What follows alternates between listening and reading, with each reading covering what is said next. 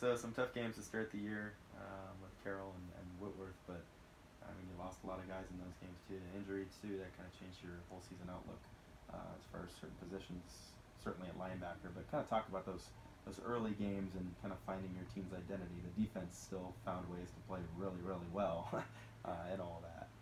They did. Yeah, the start of the season was really quite unique. Number one, I'd say, with going to Montana, playing a very difficult opponent there, and sort of finding that we had some issues that we needed to fix on offense. We just weren't, we weren't winning the line of scrimmage like we needed to. We certainly weren't winning the football against what I felt was an elite defense. That at that point in the season, and definitely the best defense we saw all season, without question, was that first game. And I think that really rocked us. The bus ride home, the bus catching on fire, that certainly stands out. It's hard to talk about that first game without just the logistics of moving the team as we did. However, it was a good experience for us. Our defense was playing strong. We went into the Redlands game and our defense played rock solid.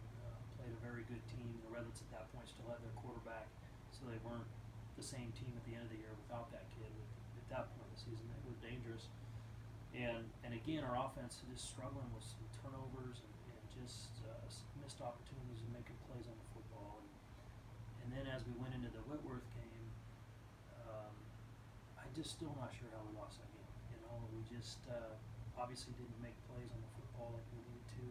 We didn't make some plays on defense that we needed to as the tide turned. We were controlling the football game and then suddenly found ourselves behind, and we didn't answer like I think we all expected to. As that season, or I should say that week ended, we went back to the drawing board. We looked really heavily at some personnel combinations up front on our offensive line. We looked at making some changes in our receiving core a little bit with some rotations, and after that game, we started to take off. Our offense averaged, I think, over 40 points a game after that point, and got back to running the football with much more consistency. And as we did that, of course, our offense took off.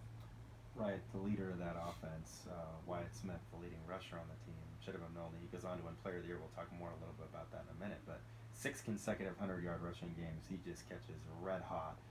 And the point of emphasis to run the ball was pretty adamant and obvious that you guys were going to win by running the ball down people's throats.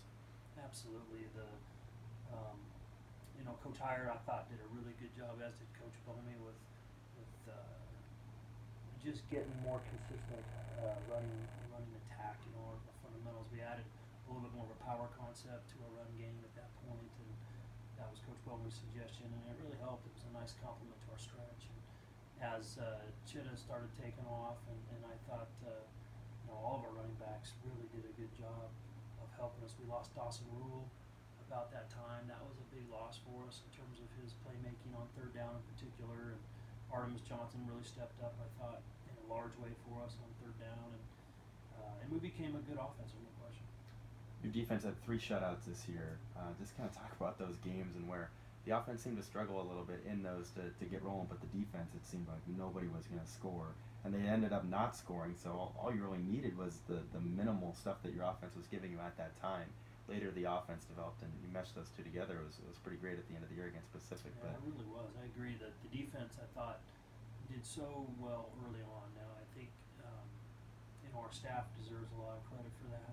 Our defensive coaches are really good, and they did a nice job of really taking away what other offenses wanted to do early. I think later in the year, some teams found some things that they could expose maybe a little bit more so. Later in the year, as our defense was studied, because there was so many new kids. Early teams really didn't have a chance to focus on some matchups here or there, but I think that hurt us a little bit, down the stretch in some matchup issues. But they played great, and I thought our special teams were really a big piece of the success we had this year. Our kickoff return enjoyed its finest year probably in many years. Our punting game was outstanding. Punt return was really strong. Jeff Weiss, I was really pleased with what he did. It was really fun to have him on our staff and bringing his experience and his humor to the team, and he did a great job with the special teams. your defense is maybe bailing out the offense throughout the year, and then all of a sudden Puget Sound game happens, and your offense gets up early. The defense gives up 28 points in the fourth, and it's one of the most unbelievable, miraculous games I've ever been a part of. Oh, to kind of walk me through that day, that game where it seemed like your team had it well in hand at the beginning of the fourth quarter, and then just the opposite of that in the final moments before the miraculous comeback at the end. I don't know that I've seen a game turn to that extent, and it really took a perfect storm, if you will, of factors at play. But to have a commanding lead like we did, and our defense honestly just shut them down for so long, really 3/4 of the game, and then really have our offense do what it wanted to do, and we were running the ball and controlling the clock, and really firmly controlled that game on a terrible footing, terrible place to play. I was really pleased with how we played, and then, boy, 3 or 4 series in a row, we give up 21, 28 points, bang, bang, bang, before you can really really be surprised. And so that was crazy. It was one of the biggest roller coaster games I've been a part of. And at the same time, I think every kid on our offense at least believed, if we get the ball back, we're going to score. They're not going to stop us. And ultimately, we scored almost too fast and gave them a chance at the end. But I was really proud of the way our kids came back. All of that culminates to this last game, Pacific, where your team plays its most complete game. I mean, the interceptions returned for touchdowns. There were 2 of those. Your offense is rock solid and driving down the field quickly, efficiently. 3 5-play drives going the length of the field and scoring. Defense nearly had another shutout in that game. It was really cool to see that, though it was the last game, right before maybe a potential selection for the committee to make. It made it a really tough one with your team playing that well at the end of the year. No, there's a recipe here, or a plan, I should say, is a better word. And we're trying to peak at the end of the year. There's a lot of ways to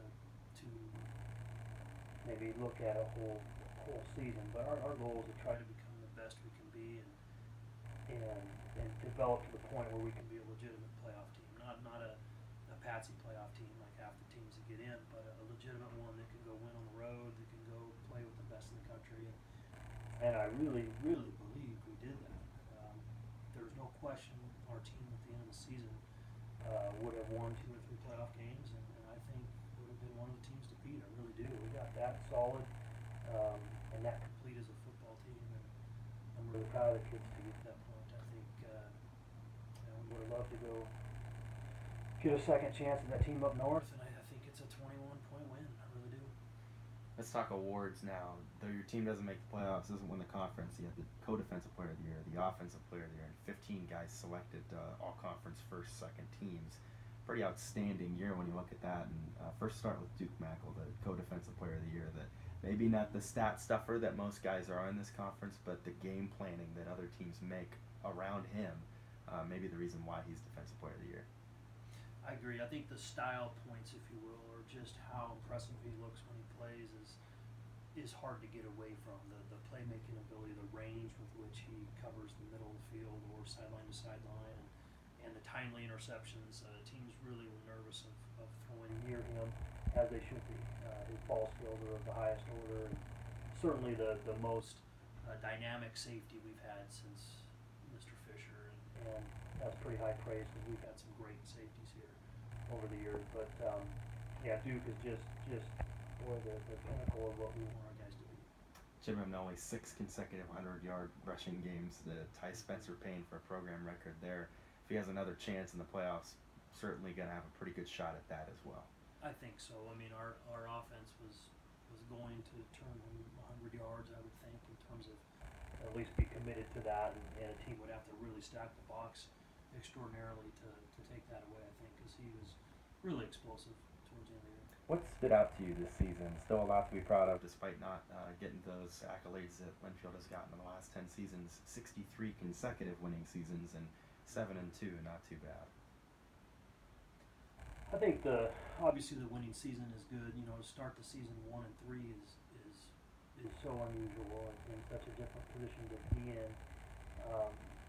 This year's team I think is one of my favorite in terms of just going from where they were to up. You know, it was such a large improvement and their attitudes in terms of very, very tight football team this year, very close. I think you could feel that. So that was hard for these guys to not get in the playoffs and get a chance to show that, because I do think it was a very, very high character team this year, and that certainly showed with how they were able to handle that adversity and grow from it and develop.